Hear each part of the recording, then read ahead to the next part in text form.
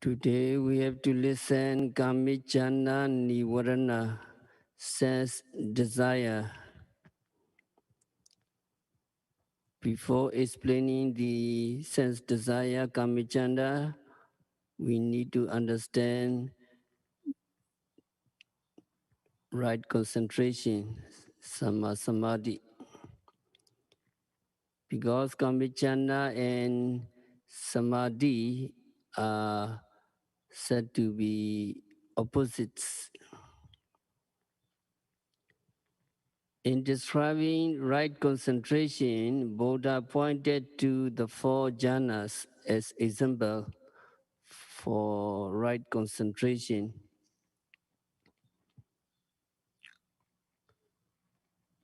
The four jhanas actually belong to samatha meditation,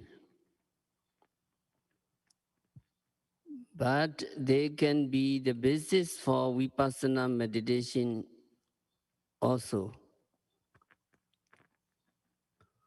For those yogis who selected samatha as a vehicle for enlightenment, or who first attain jhanas and then turn to vipassana meditation,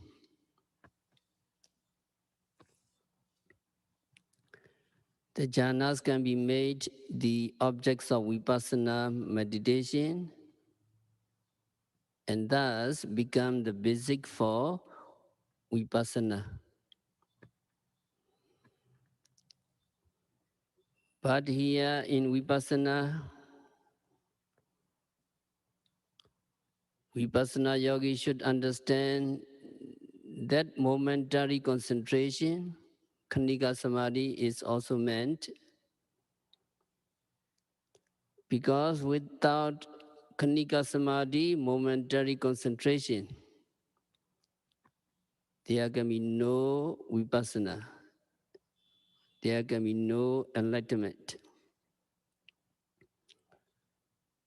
So this concentration has been gained when yogis can keep their mind on the meditation objects for some time, for 10 or 15 minutes, for half an hour or longer.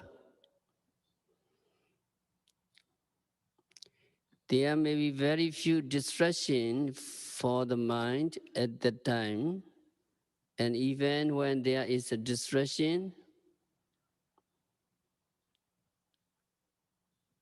you will be able to dismiss that distraction immediately. In the Satipatthana Sutta and in many other suttas, Samma Samadhi, right concentration, is described as consisting of the four stages of jhana.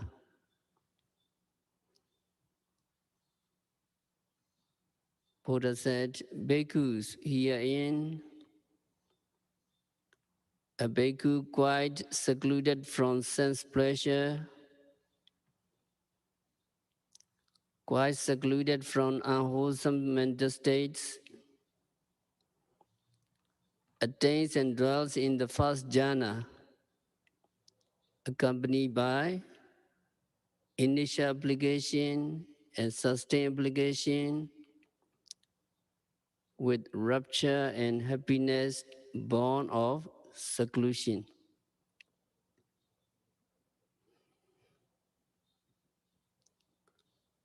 Here, Pali is Viveseva Kamehi.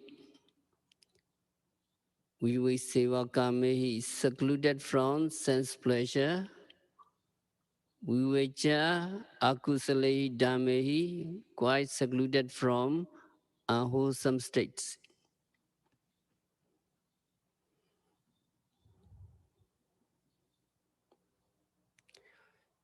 So, what is important to know in general about the jhanas is that sense pleasure and jhanas are incompatible.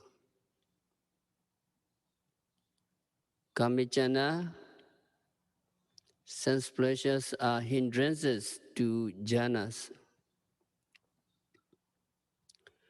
When you want to get jhanas, you have to get away from sense pleasure and practice samatha meditation. Kāmacchanda, sense pleasures are said to be opposites to concentration. They are hindrances to vipassana meditation also. So yogi cannot mix vipassana meditation with sense pleasures. When you are practicing vipassana meditation, your practice has to be pure. It should not be mixed with anything that involves sense pleasures.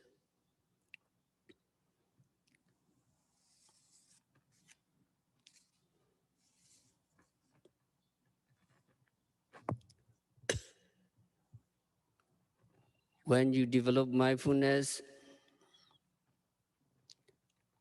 by observing any object manifested at the six senses, eye, ear, nose, tongue, body, and mind, the first thing you would encounter is Nivarana, 5 hindrances. If you are a beginner meditator, having not yet developed continuous mindfulness and strong concentration, then you cannot gain control over your mind, and so it would wander as freely as always to every sense objects it loves. Such an unruly mental states are the 5 kinds known as 5 hindrances. They are called hindrances because they hinder the noble path through Nibbana, they block the noble path through Nibbana. In the outline of the sermon, Buddha mentions these 5 hindrances as 5 factors to abandon. In this way, having abandoned 5 factors, Pinchinga Vipahino. And then Buddha described these 5 factors in this way. Katincha Bekwe Beku Pinchinga Vipahino Hoti Ita Bekwe Bekuno Kāmacchanda Bhino Hoti Pyabara Bhino Hoti Tina Meidam Bhina Hoti Oticha Kokocham Bhina Hoti Vichikecha Bhina Hoti. That means, how has a bhikkhu abandoned 5 factors?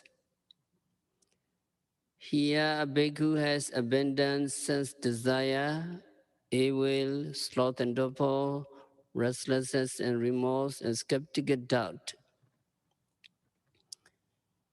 It is in this way that a bhikkhu has abandoned 5 factors. Bhikkhus should have abandoned 5 factors.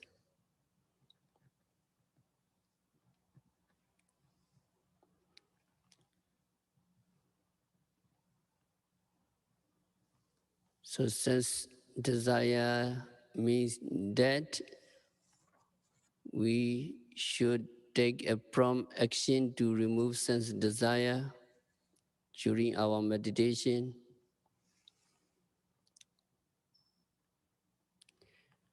Kāmacchanda In Pali, Kama means desirable objects and Chanda means desire. So desire for desirable objects is the literal meaning of Kāmacchanda. So Kama or Kamaguna is an object that everybody desire to enjoy. Suppose, for example, you have prepared food, delicious food you like. Thereupon, flies appear and hover over the food because they love to eat also, and then ants sneak in with purpose to enjoy the food. So we need to cover the food properly to keep it away from them. Otherwise, we have to share the food with them. So an object that everybody wants to enjoy is called karma, the desirable. In an ultimate sense, such desirable objects are classified into 5 kinds: rupa yadanam, visible objects pleasant to see; saddha yadanam, audible objects nice to hear; gandha yadanam, odorous objects fragrant to smell; rasa yadanam, eatable objects delicious to eat; potappa yadanam, tangible objects pleasant to touch. 5 sense objects. So in the sermon, Buddha compares sense objects to a piece of meat, mansa pe supama, a piece of meat carried off by a kite that becomes a target of fierce attack by other birds.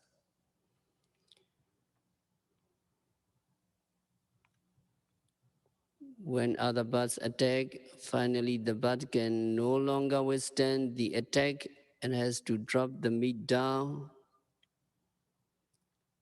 Then another kite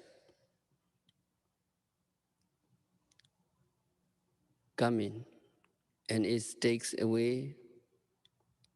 Of course, the second kite is also attacked by other birds in the same way as the first one. It also has to drop the meat in the end because of too much attack. In this way, kites attack any birds that possess the meat. A bird can escape the fierce attack only when it lets go of the meat. In the same way, sensual objects allures all living beings, and sense its owner is the target of attack.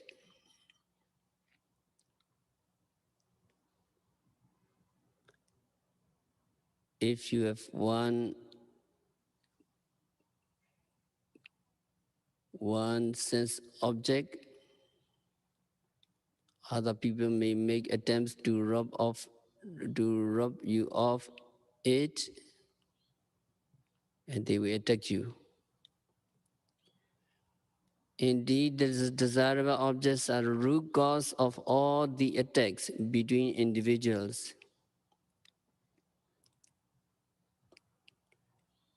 Because of the sensual desirable objects,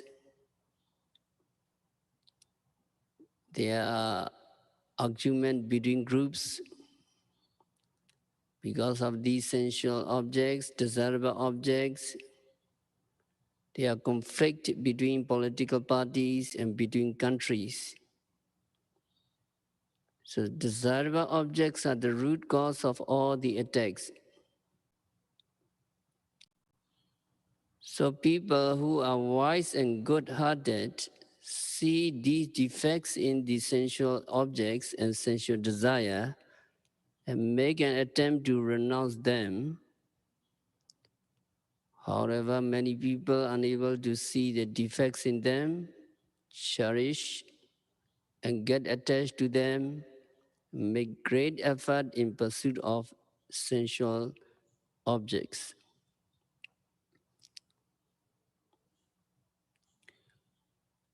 Some people are even worse. They cherish sensual pleasure so much and think of it so highly that they even consider it earthly heaven, Loka Nibbana. So they seek for it at all costs by doing anything good or bad. So sense objects, being desirable and alluring, are called kama or kamaguna, that means sensual bonds.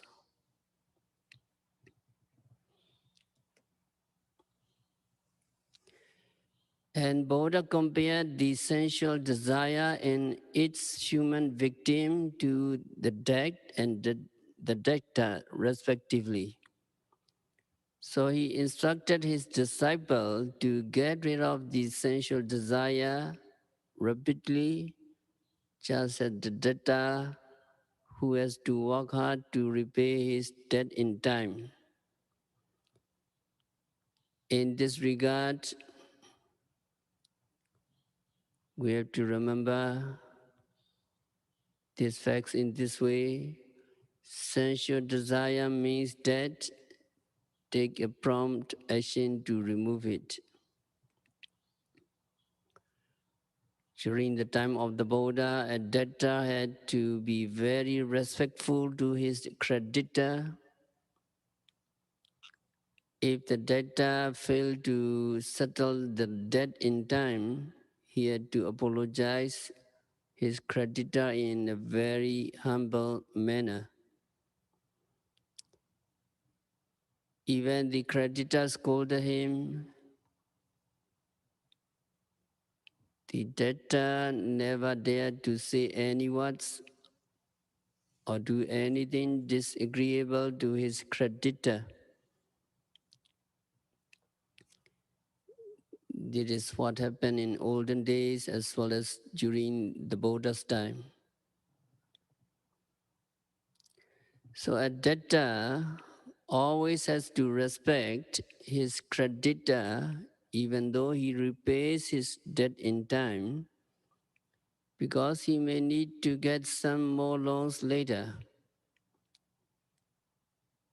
Only when a man repays all his debt and needs no more loans, he can be no longer required to respect his creditor. In this sense, desire for an object is compared to the debt because you have to respect the desirable objects and take great care of uh, that object. The more desirous you are of an object, the more respect you must pay to it, and the greater care you have to take of it. Suppose, for example, you cherish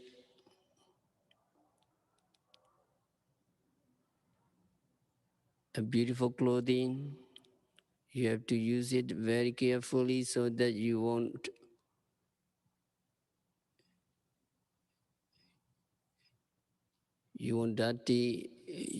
make dirty it. Even greater care needs to be taken of it. If it is a precious things like gold, silver, jewelry, and other ornaments that you really cherish,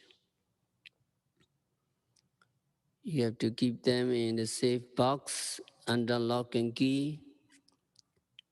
When you wear ornaments on ceremonious occasion, for example, you are likely to have trouble looking for a secure place. In this way, the more desirous you are of an object, the more respectful you must to be it, and the greater care you have to take of it.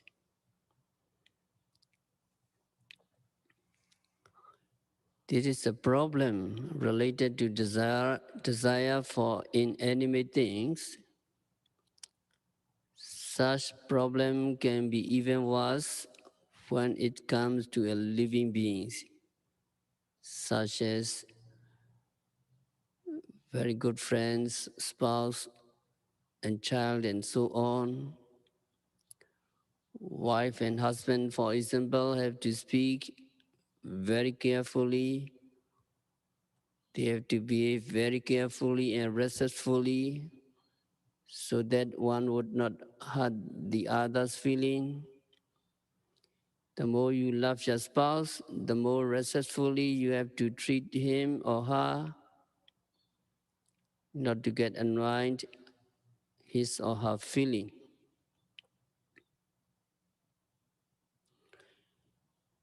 So you have to respect any objects you love, animate or inanimate, in the same way as a debtor respects his creditor.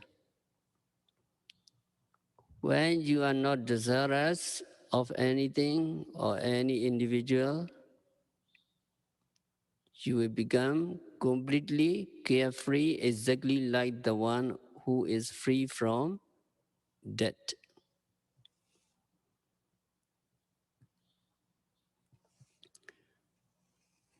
That is why during the intensive retreat, if sensual desire arises in you,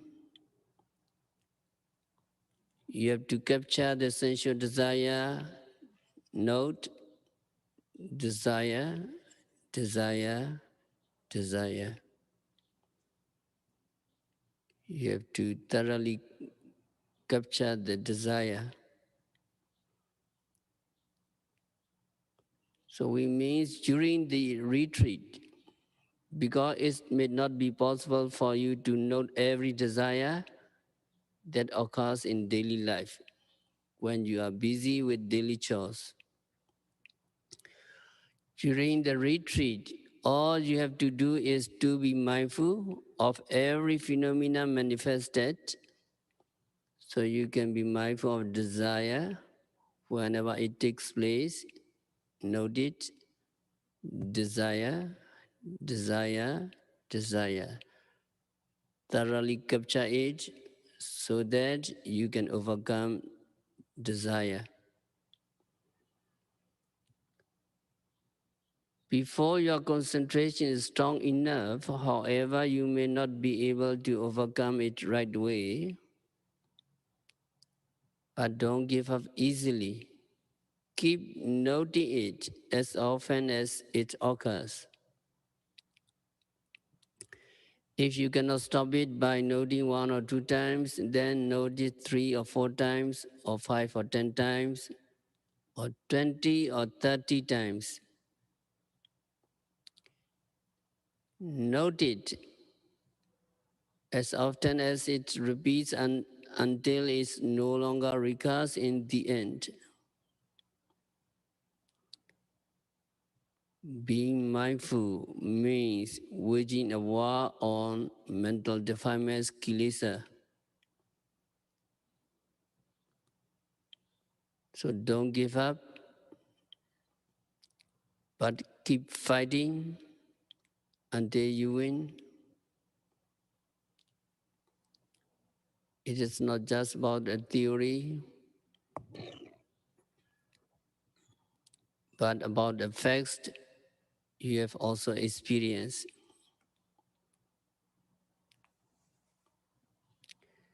Some yogi very strong and they win many times.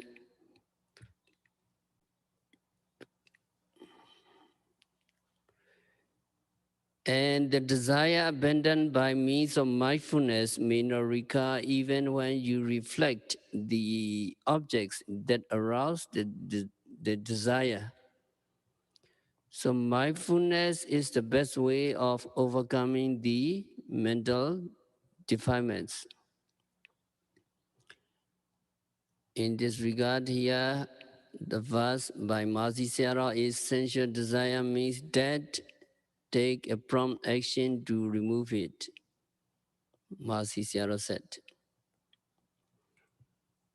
If you cannot remove it, you cannot expect to earn the privilege of dwelling in the abode of the Ariyas, abode of the noble ones.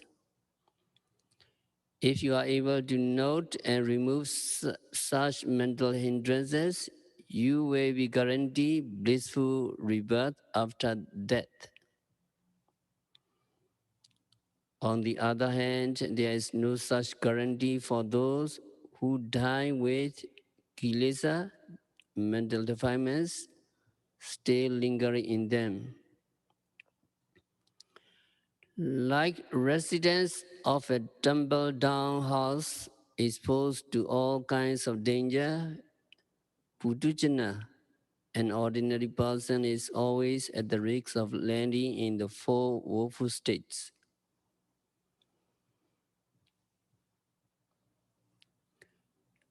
During the time of the Lord Buddha, there was a monk called Tesa.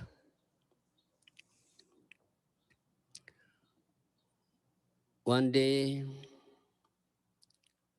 his sister offered very good quality robes, expensive robe, and Tesa Bhikkhu loved it very much. Love for something means sensual desire, Kāmacchanda. Intent of wearing this robe, the next day, Bhikkhu Tesa hung it on the clothesline and went to bed. Very unfortunately, on that very night, Bhikkhu Tesa suddenly got sick and died. Given his moral purity, Tesa should have landed in the celestial realms. However, unfortunately, he was reborn as a louse on that very robe. Just because of his attachment to that rope.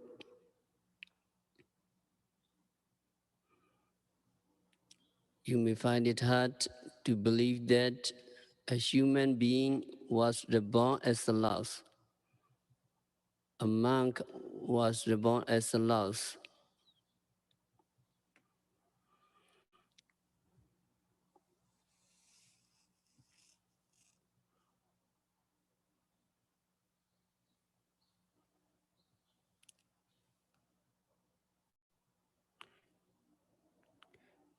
Nowadays, there are some materialistic people have some idea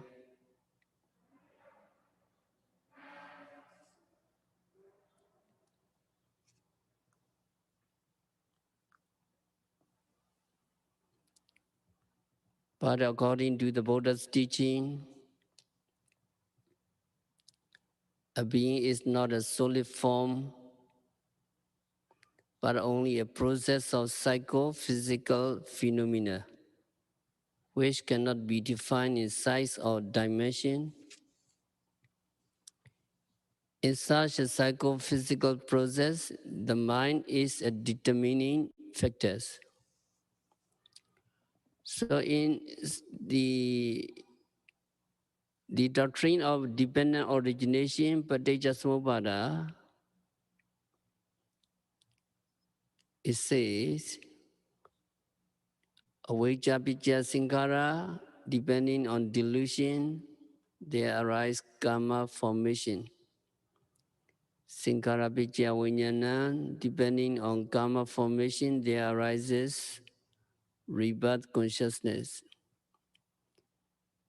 Thus, neither physical phenomena nor their energy transfer from the past life to this life, but only the process of mental energy keeps going on from one life to another. That is why there is no difference between a huge elephant and minute ants in the case of rebirth. Moreover, the consciousness of an ordinary human being does not differ basically from that of an animal. It is not sensible to consider such ordinary kinds of consciousness to be superior forever. Evidently, there are some people who are born with a great personality, but later in life go insane for some reason. So there is no basis for the view that a human as an ultimate being is no longer subject to an inferior rebirth after death. There is a view in conflict with the Buddha's teaching.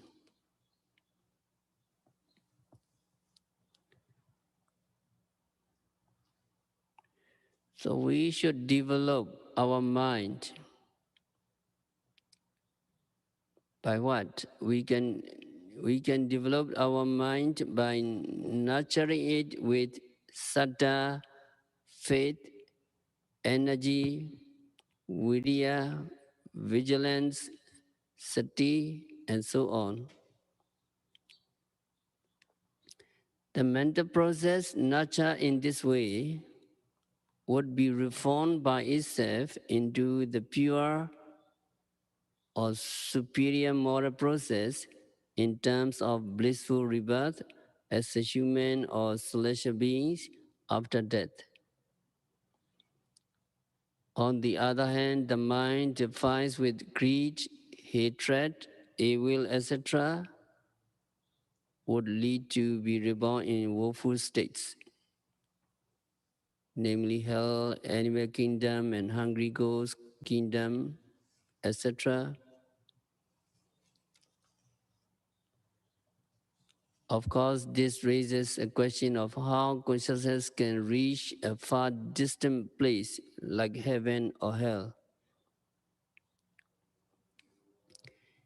This fact is that consciousness is of no solid form, and so distance makes no difference to consciousness.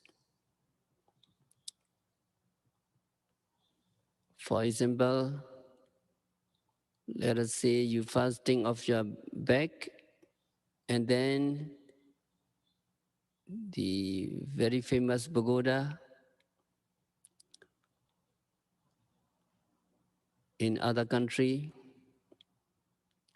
Which one takes you longer to think of, your back or the famous pagoda? No one takes you longer than other. You can gain mental access to either one as soon as you think of it, irrespective of distance. So the consciousness has no barrier to any objects. As for your physical body to be there, you have to take a taxi from the town to the harbor and then to take a boat from there to the shore of the city and take a taxi again to that famous pagoda. It will definitely take you very long. On your way back home, you have to take the same length in time again. There is a difference between nama and rupa, mind and body. The mind can go to and come back from famous pagoda freely and instantly. You can even go other country without money, travel documents like passport, visa, and departure form, and so on. In the same way, the consciousness can reach anywhere, any heavenly realms it can go, it can reach without any delay or barrier. So living beings can have blissful or woeful rebirth after death, depending on their final thought process on their deathbeds. If they die with wholesome thoughts, they would be reborn in a blissful realms, humans or celestial realms. Referring to their rebirth consciousness, we say a conventional sense that they become human beings or deities. If they get unwholesome thoughts when dying, their death, their death would be succeeded by inferior rebirth consciousness, referring to which we usually say that he falls down to the hell or becomes a car or a dog. In the story, Venerable Texa died with the desirous thoughts of his robe. In ultimate sense, death means the last mind moment in one's life. So his death was immediately succeeded by rebirth consciousness, the birth of a loss. Referring to that, we say that Venerable Tesa become a loss. As a matter of fact, nothing transferred from Venerable Tesa to the loss except the causal relationship between Venerable Tesa attachment to his robe and the rebirth consciousness as a loss on that very robe.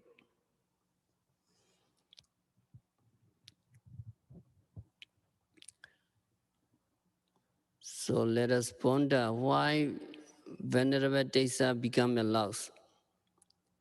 Was it because he broke moral precept Sila? No, his moral conduct was totally pure. Then why? It was because at his last moment he failed to be mindful of the attachment to his robe.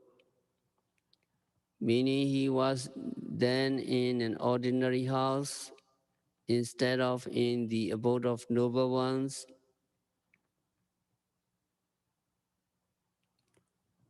There are many ways Buddha taught for a monk to overcome the attachment to requisites like robe, monastery, etc. One of them is reflection method. Reflect the correct use of a robe. In this way, that means that the monk have to reflect. Reflecting rationally, I use the robe just for prevention from cold, for prevention from heat, for prevention from contact with flies, mosquitoes, wind, heat, and reptiles, and especially for the purpose concealing the private parts. The monk have to reflect in this way when he wears the robe. So the monastics are instructed to reflect rationally the use of a robe, such as prevention from cold and heat and so on. Lay people normally wear clothes with the purpose to beautify their bodies. That is not correct use of a robe for the monastics. A monk or a nun is instructed to wear a robe with the purpose to protect from cold, heat, flies, mosquitoes, winds, and so on, and with the purpose to cover up the private parts. Apparently, the monastics are advised to reflect that they wear a robe inevitably to cover their bodies with it, exactly like covering up an ulcer or filthy things to prevent flies from coming around.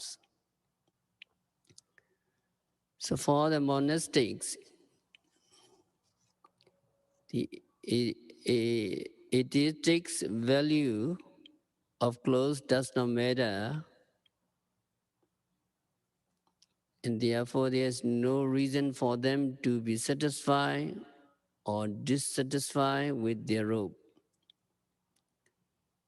In this way, the attachment to a robe can decrease to some extent, if not to an absolute minimum.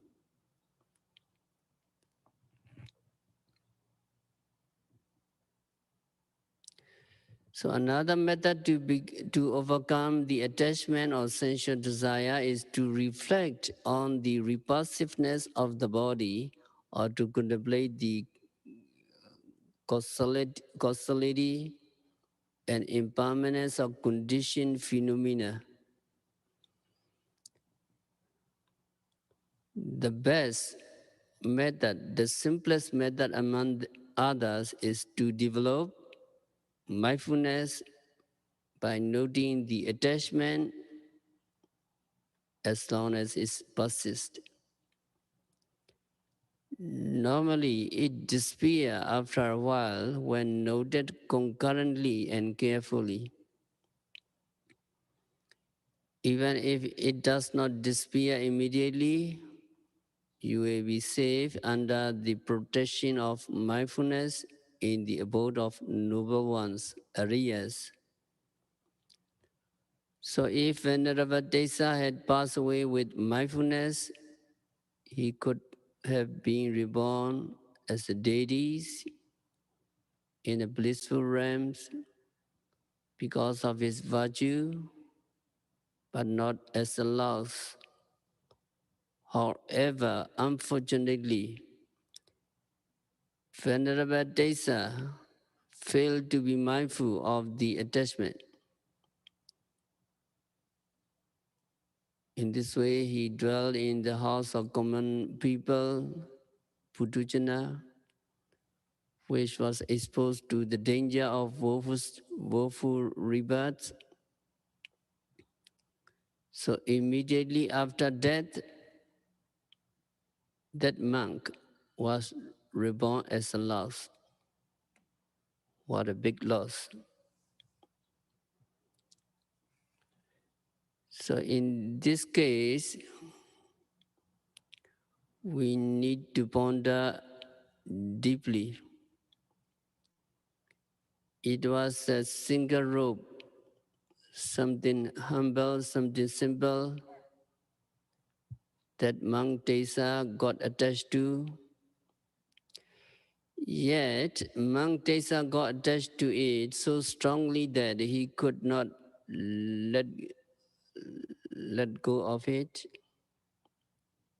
As a result, he was born as a loss on it. So consider how many desirable objects we have possessed and get attached to, whether we are sure that we can let go of them all when the time comes,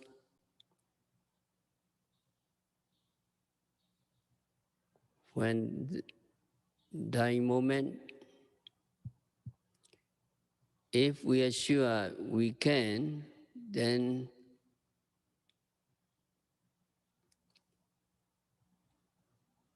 we will be the winner. Otherwise, we must be prepared ahead of time to build the abode of noble ones.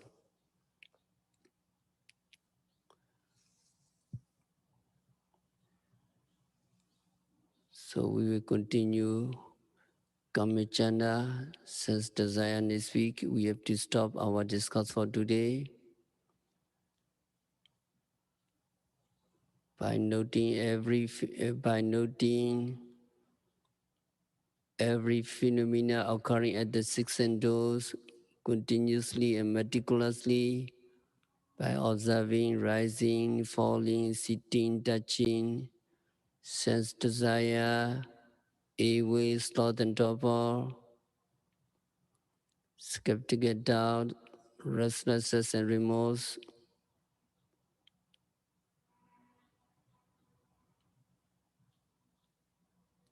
continuously and meticulously.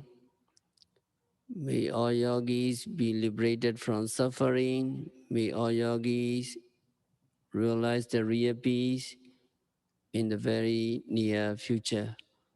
So